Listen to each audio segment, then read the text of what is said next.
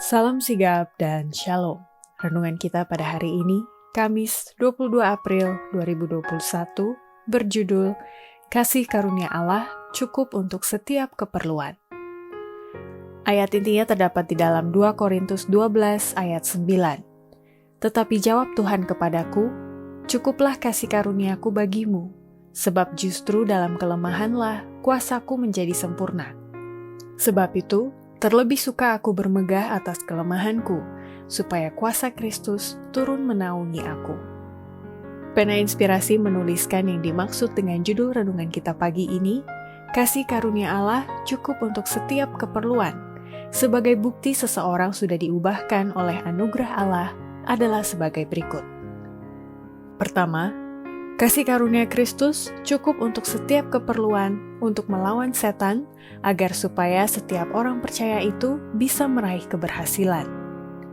Keamanan kita satu-satunya ialah menolak dengan keras insinuasi praduganya. Allah telah memberikan kepada kita cukup kasih karunia melalui jasa-jasa Kristus untuk melawan setan, dan lebih daripada penakluk. Perlawanan adalah keberhasilan. Lawanlah iblis, maka ia akan lari daripadamu.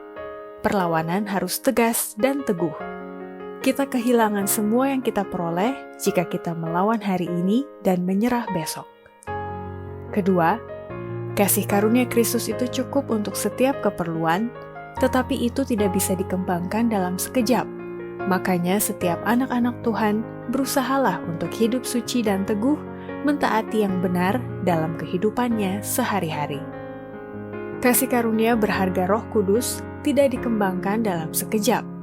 Ketabahan, kekuatan, kelemah lembutan, iman, kepercayaan yang tidak goyah dalam kuasa Allah yang menyelamatkan, diperoleh dari pengalaman bertahun-tahun. Oleh berusaha hidup suci dan teguh mentaati yang benar, anak-anak Allah memeteraikan nasib mereka. Ketiga, kasih karunia Kristus itu cukup untuk setiap keperluan dalam meraih kemenangan dengan memupuk prinsip-prinsip yang benar lewat perkataan, pemikiran, dan energi yang selalu dimurnikan. Melalui memupuk prinsip-prinsip yang benar, manusia boleh memperoleh kemenangan atas kecondongan kepada yang jahat. Jika ia menuruti hukum Allah, maka indranya tidak lagi disesatkan dan dipelintir. Kemampuan dan kecakapan tidak lagi disesatkan dan disia-siakan oleh menggunakan benda-benda yang bersifat menjauhkannya dari Allah. Di dalam dan melalui kasih karunia yang dilimpahkan oleh surga, perkataan, pemikiran, dan energi boleh dimurnikan. Tabiat baru dibentuk dan sifat menghinakan dosa diatasi. Keempat, kasih karunia Kristus cukup untuk setiap keperluan, untuk memperkembangkan jiwa kita agar bertumbuh melalui penyangkalan diri dan memikul salib Yesus setiap hari. Jiwa tidak bisa bertumbuh dalam kasih karunia bila mana ia mementingkan diri sendiri dan sombong. Yesus menduduki kedudukan yang seharusnya diduduki oleh manusia supaya damai Kristus boleh tinggal di dalam hati. Mereka yang telah memberikan dirinya kepada Kristus untuk menjadi murid-Nya harus menyangkal dirinya setiap hari, harus memikul salib dan mengikut jejak kaki Yesus. Mereka harus pergi kemana teladannya menuntun mereka.